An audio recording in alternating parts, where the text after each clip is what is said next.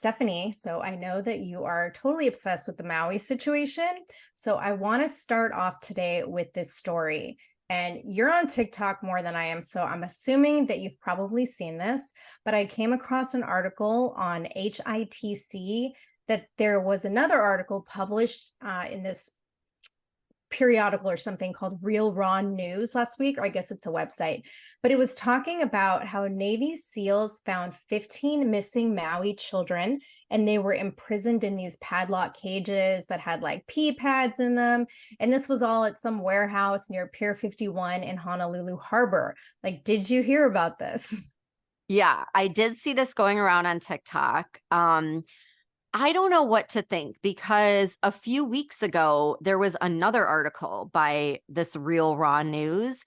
And that article was talking about how these Marines had like gotten into a shootout or something with FEMA because they found out that FEMA was like burying the bodies they were finding to try to like cover up how many bodies there were and like the evidence and what took place. And that was right around like right after that was when they put up that barrier wall that we talked about on a previous episode.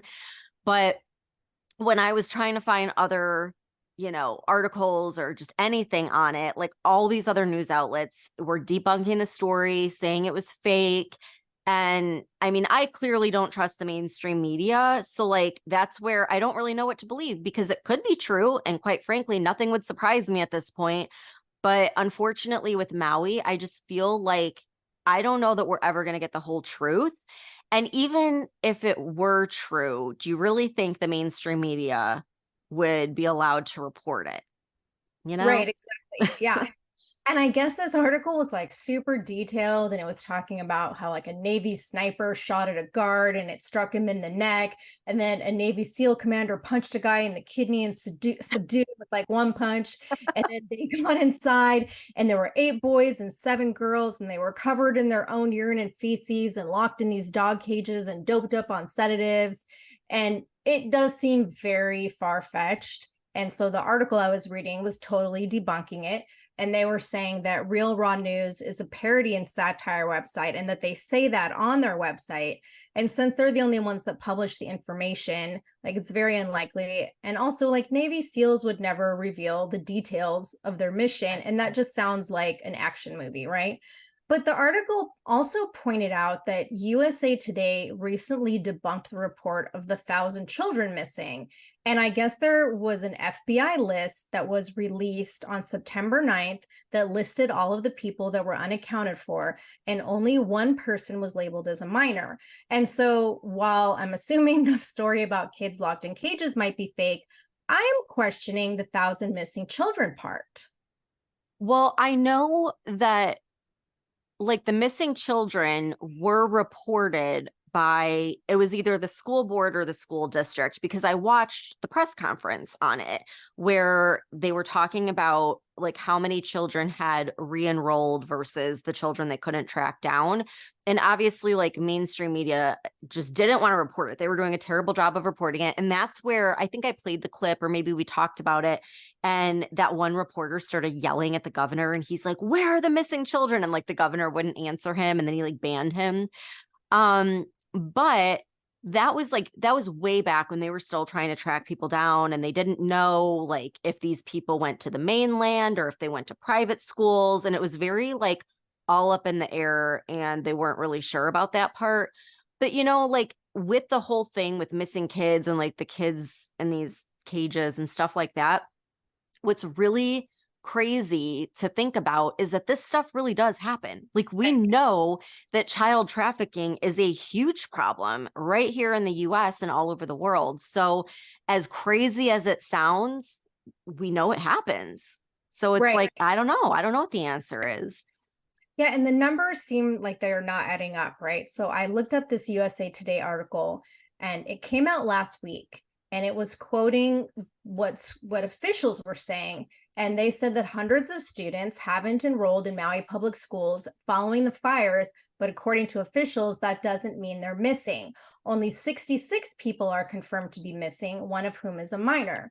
And the article went on to talk about how students haven't enrolled in school because, according to the Hawaii Department of Education website, one of the Lahaina schools was damaged beyond repair by the fire. And then there are 3 other schools that are still undergoing environmental assessments and like tests for stable power and broadband connectivity. And so a spokesperson for the Department of Education told USA Today, quote, of the 3,000 students who had originally enrolled in the 4 schools before the fire, 782 students enrolled in other Department of Education schools, 907 enrolled or are on the wait list for distance learning, and 330 enrolled in charter or private schools. About 980 students have not transferred elsewhere or applied for distance learning. And this article also stated that the school board has not been able to reach 48 families of kids who were previously enrolled in the school. But then apparently the governor's office and the Hawaii Emergency Management Agency Maui Joint Information Center both stated the same thing as the FBI report. And they said there are only 66 people unaccounted for. But they also stated, quote, we are not releasing which ones are children, but they are a variety of ages. And then the spokesperson for the Hawaii Emergency Management Agency further added that 2,025 students who have not enrolled in another public school or opted for distance learning have, quote, nothing to do with the actual number of confirmed missing, which still stands at 66.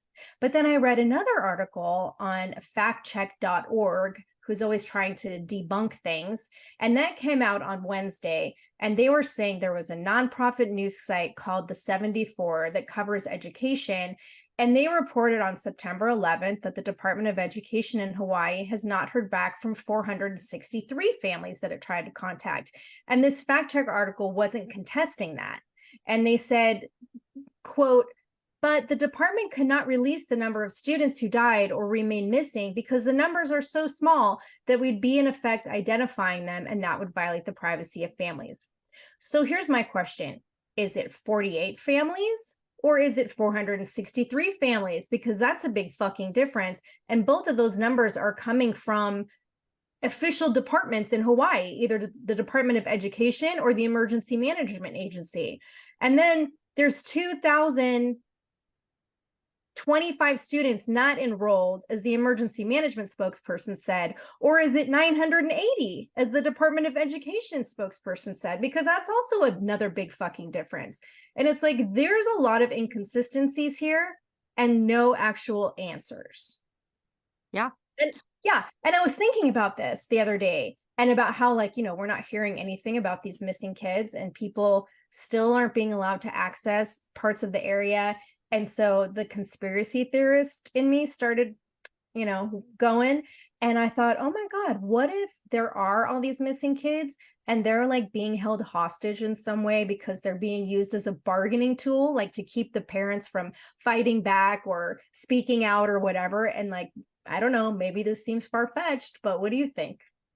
Well, I mean, I'm willing to believe anything at this point because it's just like the craziest stuff that we've heard that like has been true. It's just, you don't really know. Like, I don't want to discount anything.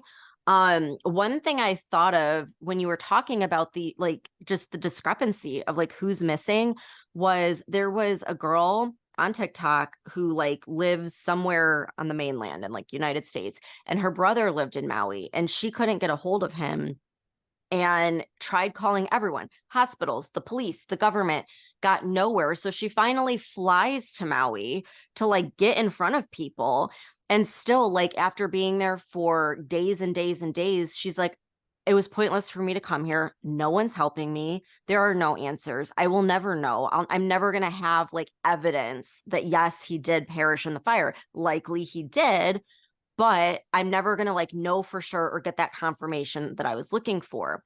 And so it's like, how many people are there like that where their family lives on the mainland and is like trying to contact the government and the government's not helping or reporting it or answering? And I don't know, it's just really bad. But like, again, there's so many conspiracy theories around it. And there's like, this one that does involve kids that's going around TikTok. Okay. So take it with a grain of salt, obviously. It's not like this is being reported anywhere, but they were talking about how there are tunnels under Maui. Like there's video footage of this. And so the theory is that all of these people, these locals, are saying that they had spotted a cargo ship near Lahaina, like right before the fire. So the conspiracy theory goes that like the kids were called off school, which we know is true. The school was canceled. So while the kids were home and the parents were at work, these kids were like taken into this tunnel system, then out to this cargo ship.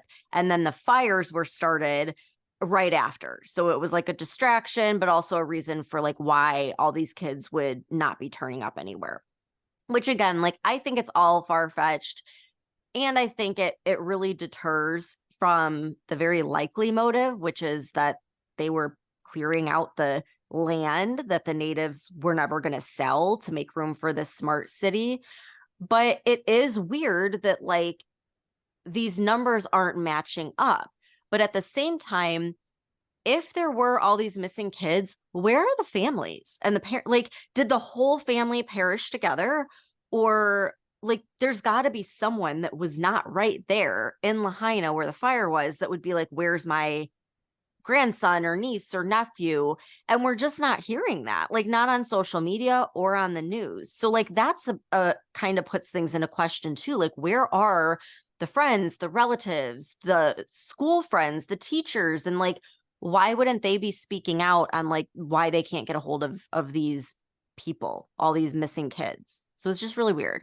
And again, like I don't think the mainstream media would report on it, even if this all were true and there was evidence and everything.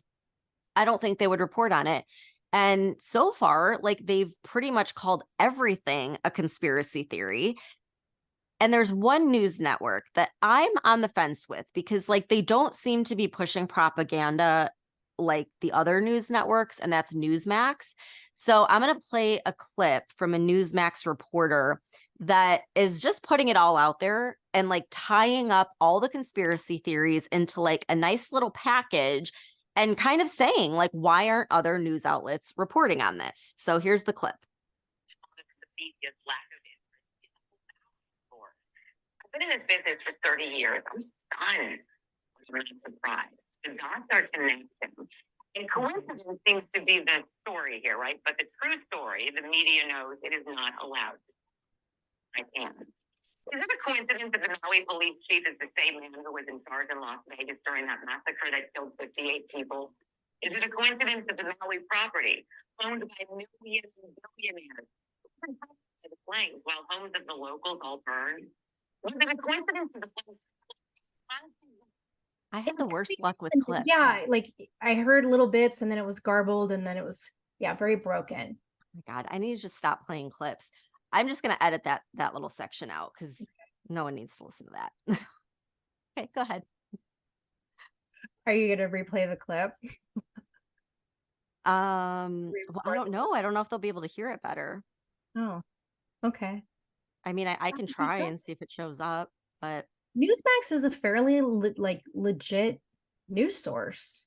So that's interesting. They seem to be. And it was kind of like surprising that she was putting all these conspiracy theories out there. So, it just like, I think it added credibility to all of these things that make sense, but are being labeled a conspiracy theory. And she's kind of calling out like the other media sources for like, hey, why aren't you talking about this? Why aren't we allowed to like at least have a discussion about these very obvious things?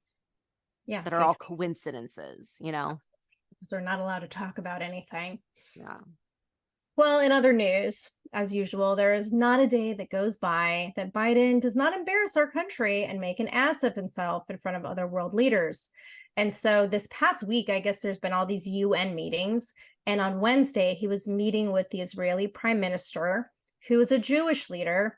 And I guess during the meeting, Biden made the sign of the Catholic cross, like that, touching his forehead and like stomach and left and right sides of his chest, while the prime minister was talking. And then I think this was all taking place in New York. And then he met with Brazilian President Lula to talk about like improving labor workers' rights. And it was like the quintessential Biden senile clown show. Like, first he walked, or really shuffled, across the stage into a fucking flagpole that was holding this like 7-foot Brazilian flag. And then he made his typical incoherent, rambling speech of garbled nonsense that you really couldn't understand what he was saying, except for the phrase, "let me be clear," which he never is. And then he said, "no, I really mean it," which we know is his signature line when he's lying. He couldn't figure out how to use his earpiece when Lula was speaking, and he was trying to get the Brazilian translation. And at one point, he drops his earpiece, and then he looks confused. And Lula kept having to ask, like, "Mr. President, can you hear me? Can you hear me?" And then at the end of the meeting, he again was totally confused about whether to salute the audience or give them a thumbs up sign. And as I read this article in the Daily Mail, and their description was great because they said, quote, "International Labor Organization Director General Gilbert Hungbo took to the podium after the two world leaders, and Biden stooped to slowly grab a folder from the ground.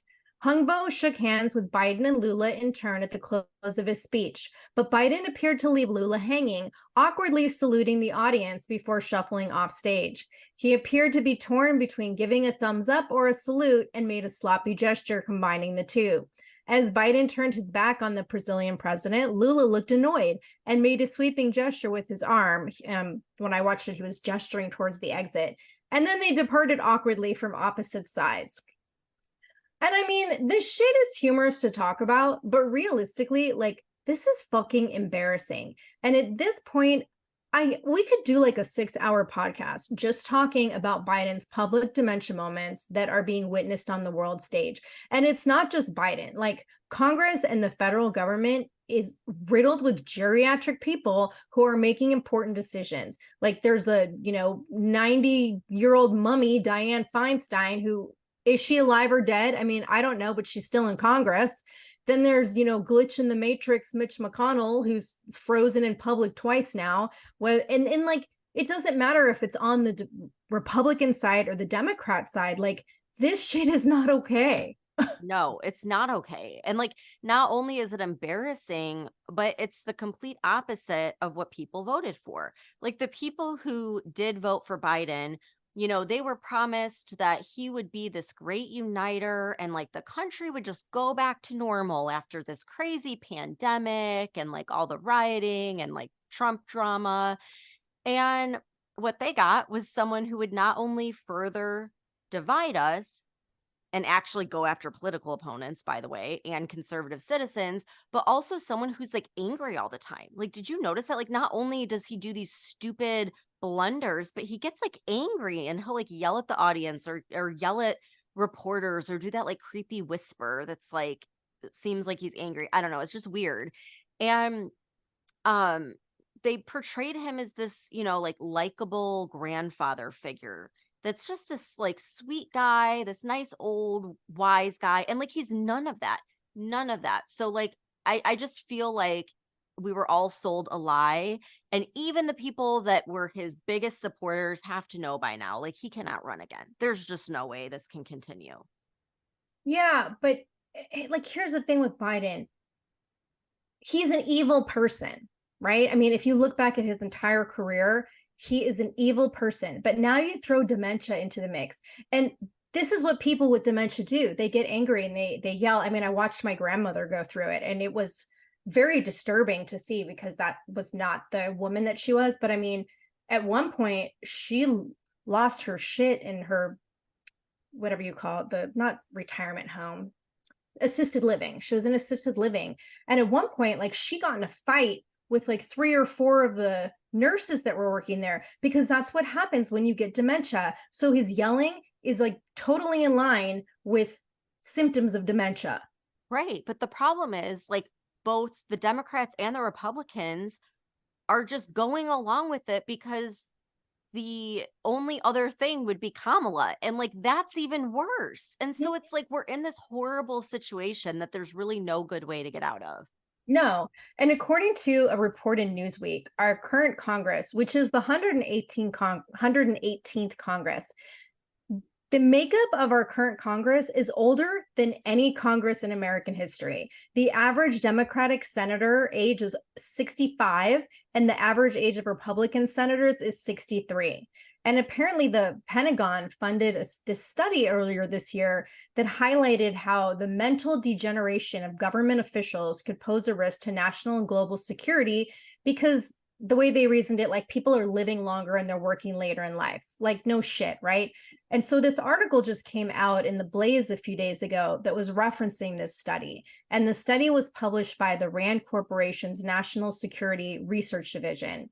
And according to the study, quote, personnel who hold or have held security clearances have or will have dementia. Because according to the Mayo Clinic, the risk factor for dementia increases dramatically after the age of 65. So this RAM report analyzed the federal workforce, and they found that 45% of federal employees are over 50 years old. And in this report, it stated, quote, whereas with some sufferers, the pain of mental deterioration may be localized, a demented person in the national security workforce could wreak havoc on the global stage should they misplace or volunteer sensitive information. The risk that an individual becomes a national security threat because of dementia symptoms depends on many factors, such as the nature of the classified information they hold, for how long the unauthorized disclosure of that information could damage, including serious or exceptionally grave damage, and whether the individual is targeted by an adversary. And like, as we have all witnessed and we've talked about frequently on this podcast, and basically what you'll hear from any news source that isn't controlled by the left, like Biden is clearly demented.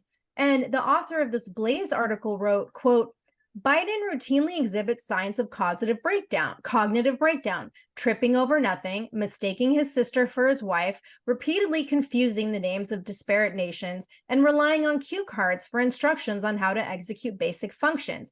And that's absolutely correct. And I am not against people continuing to work over the age of 65. But they should not be in positions where they're making decisions that impact our country and impact our national security. Like, there are retirement age requirements for police, for firefighters, for pilots, for like a ton of federal positions.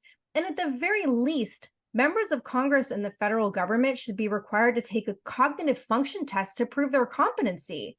Like, don't you think so? Yeah, absolutely. We need cognitive tests. And I don't even think it's just for older people. I think anyone who, especially, is going to have access to sensitive information should have to go through this. Like, just look at Fetterman, the Pennsylvania senator that can't even speak a coherent sentence. Like, why Or hasn't he been through a cognitive test? did you see that they changed the dress code for Senate members because of him? No. Are you Yeah. serious? So the Senate, like, their dress code is always required a jacket and tie, but you know how Fetterman shows up and he's always in like shorts and a hoodie?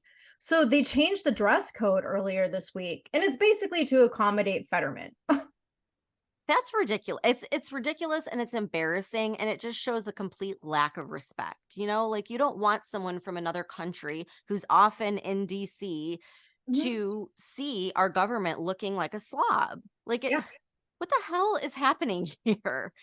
And while they're at it, like, I definitely think they need term limits. And it's just crazy because I've never met someone that doesn't agree with that. Left or right, everyone seems to agree with term limits, but it's never going to happen because they would have to vote on term limits for themselves, and no one wants to do that. And it's like these lifelong positions create the perfect circumstances for corruption. Like, if you know that you're going to be in and out in 4 years, you're not going to engage in corruption. You won't even have time to engage in corruption. Like, knowing, your predecessors would find out, and it just would really limit all of these things that are going on. And when you look at like the most corrupt people, who are they? They're the people like Biden and Pelosi that are near retirement, and they want to set themselves and their families up for life. So they do some really freaking corrupt shit. Anyhow, there is something else that I thought it was fake news until I looked. And I mean, it is absolutely real. Like, there's articles on it, there's video of it. And it has to do with another corrupt government, which is Mexico. And they had their Independence Parade where the Russian and Chinese militaries participated in the parade. It was unbelievable to watch this.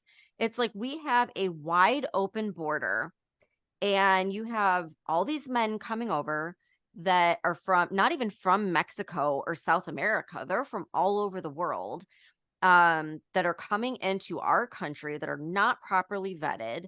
And now we have these like military troops in Mexico marching alongside the Mexican troops from Russia and China. Like, Tara, what the fuck is going on? Well, apparently this is like not unusual. The president of Mexico was defending it, and he's saying that Mexico has relations with all the countries of the world, and everyone has always been invited to participate in their parades. And historically, that has been the case. But keep in mind, like, Mexico hasn't placed any sanctions on Russia for invading Ukraine. So clearly, like, their relationship is good. So why shouldn't Russian soldiers be in their parade? Plus, everyone was upset about it, but nobody was complaining about China being in the parade. They were all focused on Russia because of the whole Ukraine situation. But Mexico is an authoritarian government that's in line with like Cuba and Argentina and all these other governments that are authoritarian, corrupt governments. So why should it be surprising that Russia and China were in their parade? Right. It just feels like really scary to have this right on the other side of the United States, and especially just given the open border and the fact that these people have poured in and we know that China has all this land. So it just, when I saw that, I'm like, what the heck? But I guess if it's normal, okay, but I don't like it. I don't like it one bit. And you know what else that I don't like is what is going on in Texas. Like, this just seems super shady, and I had to bring it up because obviously you live in Texas. But like, did you hear about this story where the Texas Attorney General Ken Paxton was impeached? Yeah, like I haven't followed it closely, but I did read a few articles. And from what I read, like this whole impeachment process was led by House Republicans.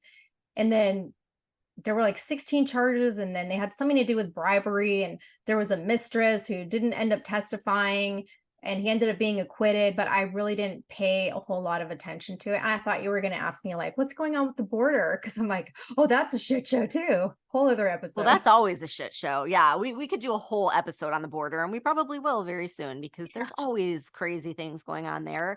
Well, the only reason that I even like knew about this was Tucker Carlson did an interview with him. And it's really interesting. And to me, like, of course, this is hearing, his side of the story, but I think it's important because up until this point, we really haven't heard his side. And I think it paints a clear picture of the Biden administration and the extreme left becoming this like totalitarian state. Because a lot of what he said was how the Democrats really have control over the House in Texas. And he kind of like went into detail explaining that. But I'm going to attempt to play a clip from him. Hopefully it comes through, where he kind of gives the rundown of what happened from his point of view. And it's very different from what's been reported everywhere else. Just to your case really quick, how did you find out you were being impeached and what happened? I literally had no idea. It was a committee meeting of the House Investigating Committee. I think it was 3 or 4 days before Memorial Weekend, the end of session. So they're busy trying to pass all these big bills, and they decide they're going to spend one day investigating me. Of course, they'd done secret investigation for 3 months that we didn't know about, behind closed doors with no transparency, no due process. Which almost immediately after you're reelected to a third term, Yes, they begin investigating you. Yes, but I don't know that. They started in March, is what they said, like March 1st. And they investigated secretly behind closed doors with no one knowing. Even the House Investigating Committee, not all of them knew. I knew for sure that one of the Republicans had no idea until they got to that day that it was me. And he was told to vote for impeachment without knowing anything about the case and actually disagreeing with doing it. But he was told his career would be affected if he didn't vote for impeachment. So those 5 members had an investigation for one day. They did a 4-hour hearing. And within less than 48 hours from that, I was impeached on Saturday, Memorial Weekend. without an opportunity to present my side, without an opportunity to have any sworn testimony, which is required by law. They are required to have witnesses sworn in under oath. No one was sworn in under oath. They didn't even have witnesses. They brought in investigators who had talked to witnesses, which is obviously hearsay and wrong. So that's how it all got done. It was done in And this was a total shock to you. I had no idea. They didn't come talk to me. They told me nothing about it. They didn't tell anybody.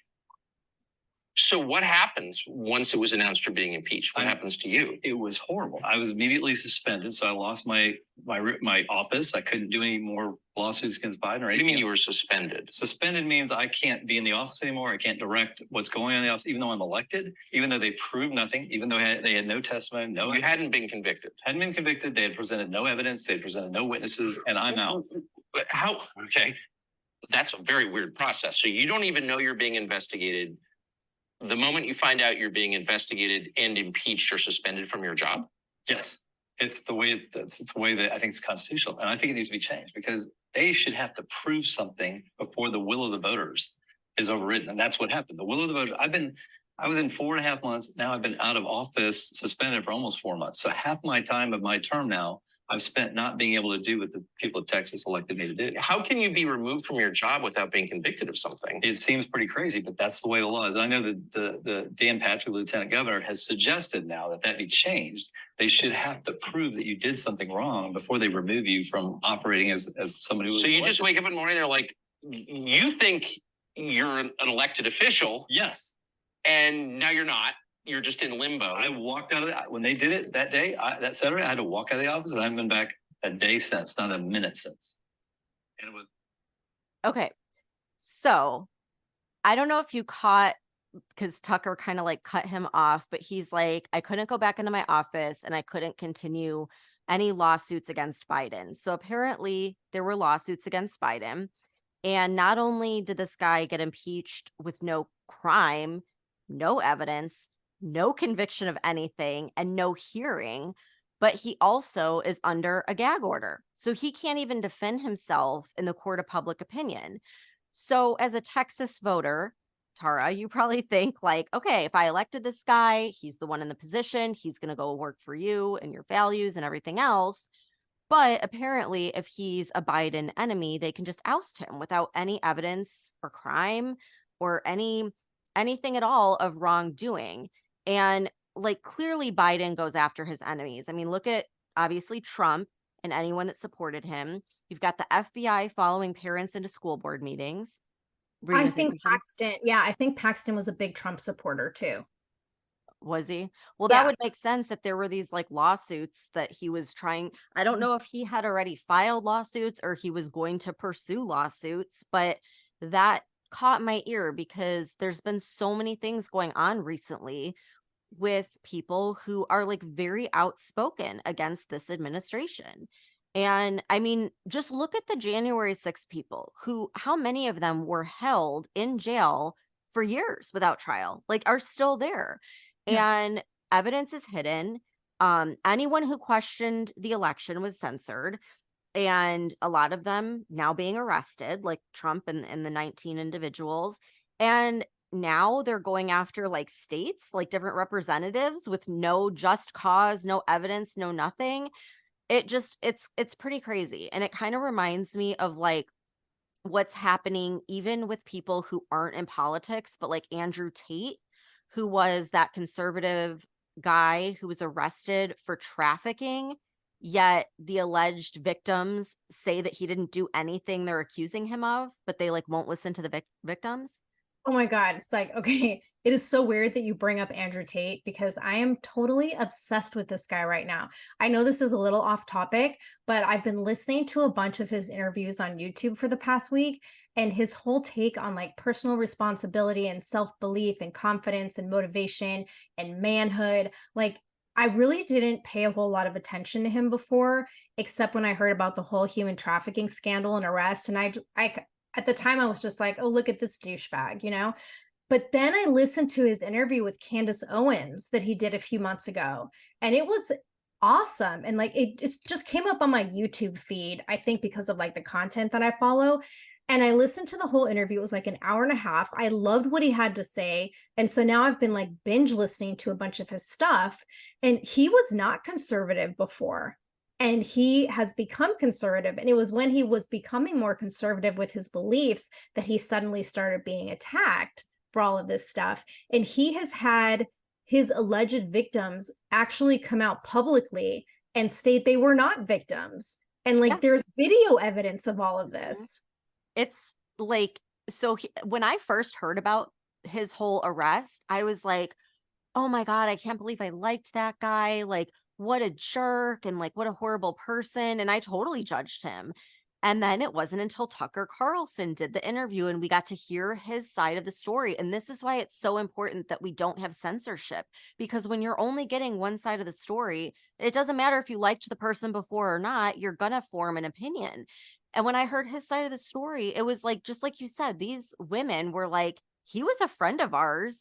Yeah. Like he never took our money or like paid us to do these things. Like everything they said was false. And so what this government is saying allegedly is that they can't listen to the victims because he has like control over them. He's brainwashed them. And I'm like, what? Like, what kind of universe are we living in? Like, it's like, this doesn't make any sense. And so that's when I realized, like, holy shit, this guy went conservative and they're like ruining his life, and not just his life, but his brother's life. Yep. And a lot of the people that they're associated with. And then look at Russell Brand. So another example, like Russell Brand gets accused of, sexual assault, or like, I don't even know what all he's accused of, but I know that it's by 4 women who are all anonymous. They refuse to like show themselves, their name, anything.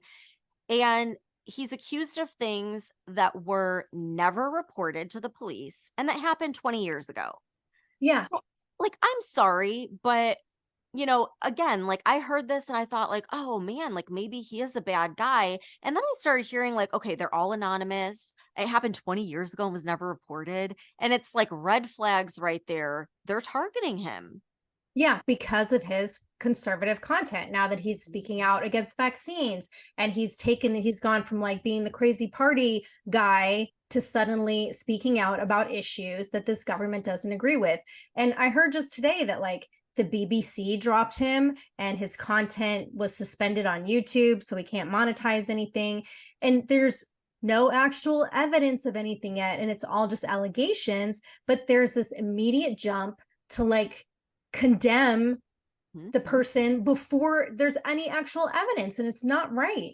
Yeah, I think it was Ben Shapiro that was talking about how like now you're guilty until proven innocent. It should be innocent until proven guilty, but he was talking about how they just suspended his YouTube, which was like $1 million a year that he was making from his YouTube videos, and they hear an allegation that hasn't had a hearing. I don't even think any charges have been brought. Like no officials have like come to him on this. So again, it's like, how credible is this that no police are involved?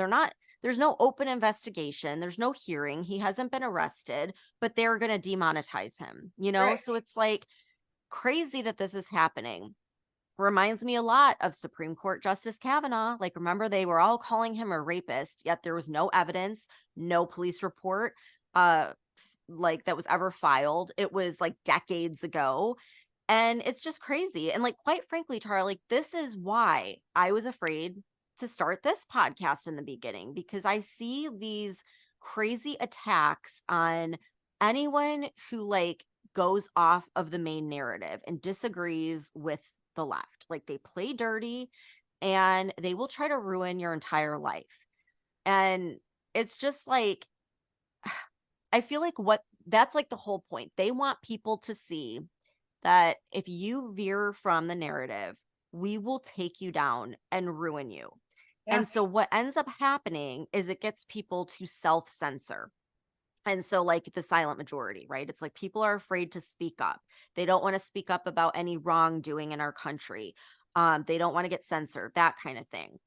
But I think in this case, with censorship, good might actually prevail, because the New York Post just reported that a federal court of appeals just ruled that the White House, the Surgeon General, the CDC, and the FBI likely violated the First Amendment by exerting a pressure campaign on social media companies to censor COVID-19 skeptics, including the very famous Stanford epidemiologist, Dr. Jay Bhattacharya. And the article went on to say, quote, the September 8th ruling the September 8th ruling affirmed but narrowed a lower court order issued on July 4th by U.S. District Judge Terry Doughty, which found that the Biden administration and other federal agencies engaged in a years-long pressure campaign designed to ensure that the censorship aligned with the government's preferred viewpoints, and that the platforms, in capitulation to state-sponsored pressure, changed their moderation policies. So, based on all of that, like, I would say that good is finally prevailing. Like, I think most people are awake at this point to the blatant propaganda and censorship that's been going on. And they may have gotten away with it in 2020, but I don't think that they can keep this up for much longer. Well, I think that all depends on whether there will ever be any accountability for any Or of an it. election. Or an election. Correct. Or an election.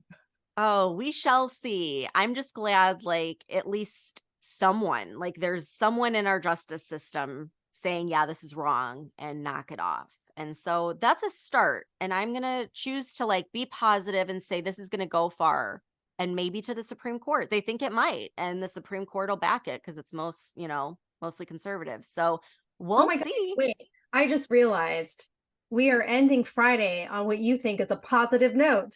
Yay! The world's not ending. No doomsday. Let's go have a great weekend. The world is not falling apart, you guys. Everyone's waking up and justice is being served. That's what I'm going to tell myself. Okay. Until Monday, when, like, the world is ending again. All right. Well, thanks everyone for tuning in, and we'll be back here on Monday with more updates.